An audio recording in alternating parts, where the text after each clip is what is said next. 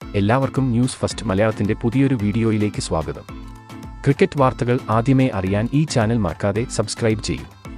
ഇന്ത്യയും ഇംഗ്ലണ്ടും തമ്മിലുള്ള 5 മത്സര ടെസ്റ്റ് പരമ്പരയിലെ ആദ്യ മത്സരം ജനുവരി 25-ന് ഹൈദരാബാദിൽ വെച്ച് നടക്കും.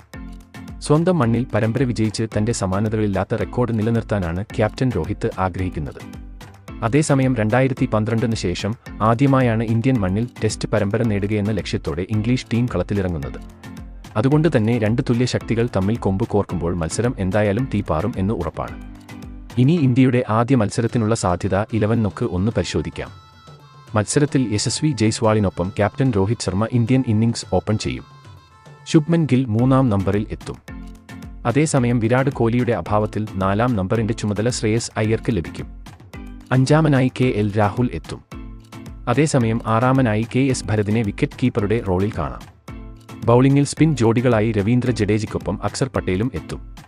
ഫാസ്റ്റ് ബൗളിംഗ് കൈകാര്യം ചെയ്യുന്നത് ജസ്പ്രീത് ബുംറയാണ്. ബുംറയെ പിന്തുണച്ച് മുഹമ്മദ് സിറാജ് എത്തുന്നുണ്ട്. അതേസമയം 3 ഫാസ്റ്റ് ബൗളർമാർക്കൊപ്പം ഇറങ്ങാൻ ക്യാപ്റ്റൻ രോഹിത് തീരുമാനിച്ചാൽ അക്സർ പട്ടേലിന് പകരം മുകേഷ് കുമാറിന് അവസരം ലഭിച്ചേക്കാം.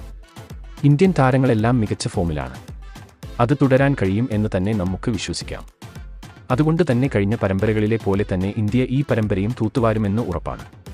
ഇതിനെപ്പറ്റി നിങ്ങളുടെ അഭിപ്രായം എന്തെന്ന് താഴെ കമന്റ് ചെയ്യുക.